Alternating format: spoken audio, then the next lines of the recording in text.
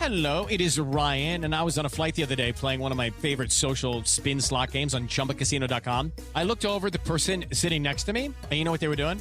They were also playing Chumba Casino. Everybody's loving having fun with it. Chumba Casino is home to hundreds of casino-style games that you can play for free anytime, anywhere. So sign up now at ChumbaCasino.com to claim your free welcome bonus. That's ChumbaCasino.com and live the Chumba life. Sponsored by Chumba Casino. No purchase necessary. VGW Group. Void where prohibited by law. 21 plus. Terms and conditions apply. Okay, so have you ever seen a severe weather forecast and you're kind of like, what does this even mean? Right. Like, am I really in danger? Or is this just like a windy day? You know what I mean? Absolutely. It can be confusing. It can be. So today we're going to take a deep dive into severe thunderstorm warnings. Yeah. And the Storm Prediction Center. The SPC. Yes, the SPC. Thank you. We're going to really try to break down how these two things work together to keep us safe. Yes. You know, because when there's severe weather, that can be really scary. Absolutely. Life-threatening stuff. Yes. So we're going to figure out how this system actually works. Yeah. So think about it this way. The SPC is kind of like the strategic command, Okay. looking at the big picture, identifying potential problems, days in advance. Okay. But then you've got your local NWS office. They're like the tactical unit on the ground. Okay. They're the ones issuing those immediate orders when the threat is right there. Right. So they're the ones that are warning. Yeah, exactly. You get that severe thunderstorm warning on your phone. Right. That's them. But the SPC is working behind the scenes days ahead of time. Interesting. Okay. So let's talk about that severe thunderstorm warning. Okay. What does that even mean? What are the conditions that have to be met to issue a severe thunderstorm warning? Yeah, so it's not just any old thunderstorm. Right. The National Weather Service has some very specific criteria. Okay. You have to have hail at least an inch in diameter. Whoa. Yeah, that's about the size of a quarter. That's big. It is. You also need winds of 58 miles per hour or greater. Wow. Or, of course, a tornado. Right. And, we can't forget about the heavy rain that comes with these storms. Yeah, that can cause some serious problems. Absolutely. Flash flooding is a huge danger. So it sounds like they don't just issue these warnings lightly. No, these warnings mean business. Right. So when you do see one of these warnings pop up on your phone or whatever, what kind of information should you be looking for? Yeah. So these warnings are very geographically specific. They'll tell you exactly which areas are at risk and for how long. Okay. They'll also tell you the specific hazards you can expect. Like what? They might say a quarter-sized hail possible or 60-mile-per-hour winds expected. Okay. And they'll always mention the potential for flash flooding, too. Gotcha. So they give you a really good breakdown. Exactly. Because they want you to understand the urgency. Right. This isn't just like a suggestion. No, this is take action now. Find shelter. Right. Get away from the windows. Exactly. Okay. So obviously there's a lot of technology that goes into issuing these warnings. Oh, yes. It's not just some guy looking out the window anymore. No way. Doppler radar is the real MVP here. Okay, I've heard of Doppler radar, but I don't really know how it works. Yeah, so basically it sends out radio waves and then measures how those waves change when they bounce back off of precipitation. Okay. And that tells us if the precipitation is moving towards or away from the radar. Oh, wow. Yeah, so we can actually see the winds inside the storm. That's incredible. It is. We can see the structure of the storm and even spot rotation that might indicate a tornado. So that's how they know where the tornadoes are going to be. It's a big part of it. But it's not just the radar. Right. We also have these automated systems that are constantly processing all this data. Okay. And then we have trained weather spotters on the ground. Oh, yeah. Those are the folks that go out and chase the storms. Some of them do, but even the ones that don't chase, they provide these real-time reports from their location. That's really helpful. It is. It helps to validate what the radar is showing us. So it's a whole team effort. It really is. That's pretty impressive. Okay. Okay, so we've talked about the warnings and the local NWS offices. Right. But now let's zoom out and talk about the Storm Prediction Center. The SPC. Yes. What is their role in all of this? So as we said before, they're a part of the National Weather Service. Right. But they're focused on the bigger picture. Okay. They're the ones who issue severe thunderstorm and tornado watches for the entire country. Yeah, watches, not warnings.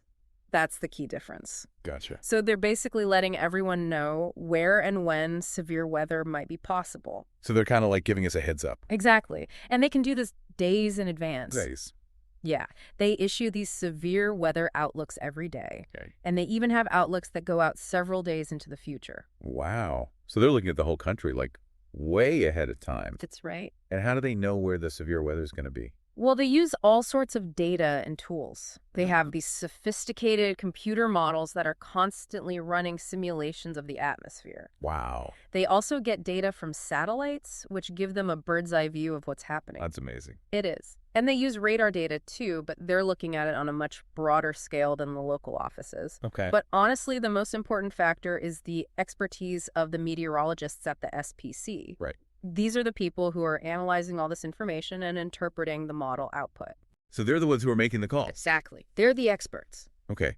So we've got the SPC looking at the big picture and issuing watches. Right. And then we've got the local NWS offices issuing warnings based on more real-time data. Exactly. So how do these two entities actually work together when severe weather is happening? Yeah. It's a really cool collaboration. Okay. So the SPC provides that broad context with their outlooks and watches. Right. And that basically puts the local offices on high alert. Gotcha. And then as storms start to develop or get stronger, the local offices are watching their radar and getting reports from their spotters. Okay. And they use all that information to decide when and where to issue those very specific warnings. So it's not like they're working in isolation. Not at all. There's this constant back and forth. Give me an example. Okay.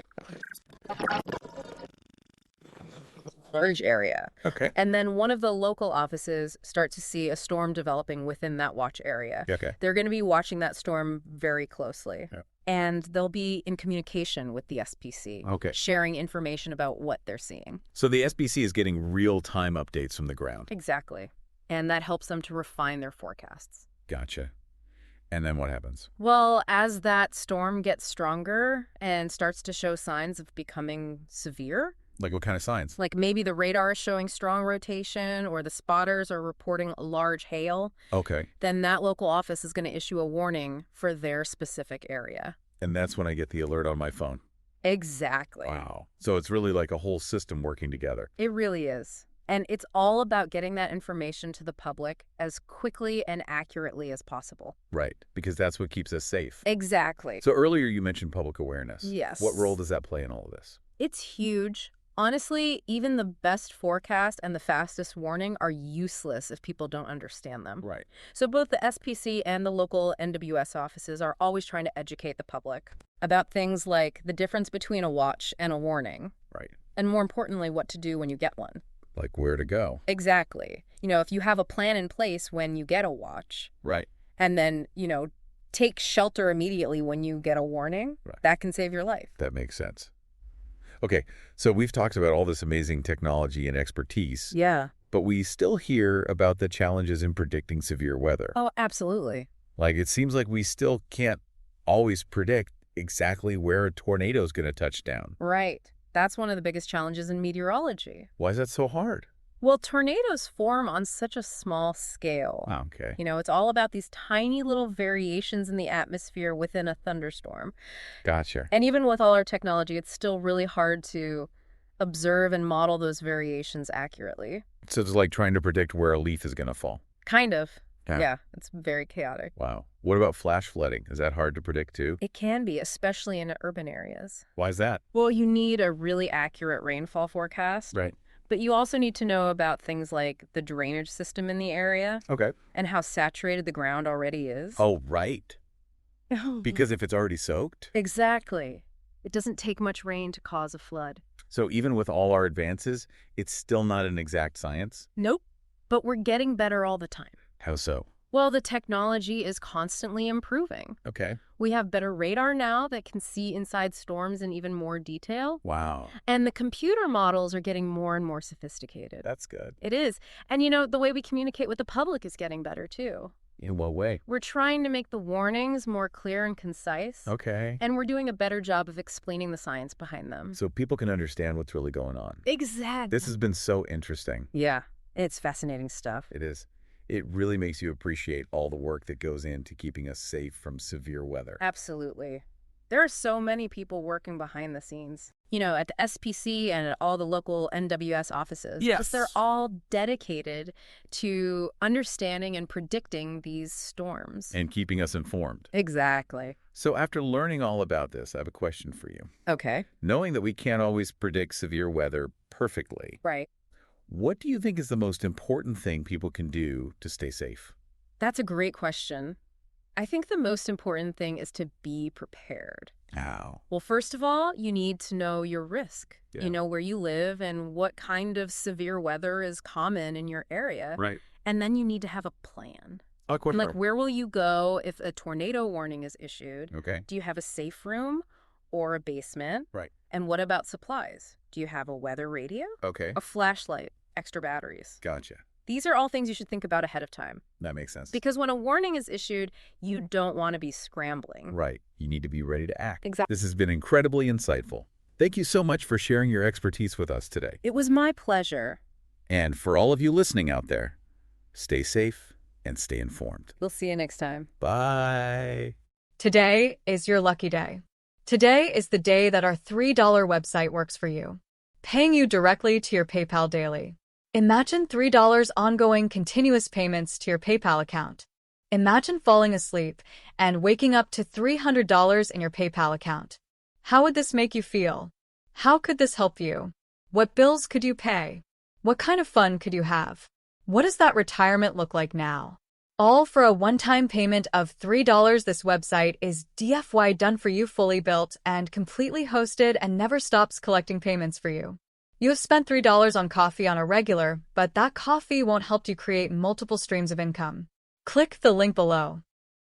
Ryan Seacrest here. When you have a busy schedule, it's important to maximize your downtime. One of the best ways to do that is by going to ChumbaCasino.com. Chumba Casino has all your favorite social casino games like spin slots, bingo, and solitaire that you can play for free for a chance to redeem some serious prizes. So hop on to ChumbaCasino.com now and live the Chumba life. Sponsored by Chumba Casino. No purchase necessary. VGW Group. Void where prohibited by law. 21 plus. Terms and conditions apply.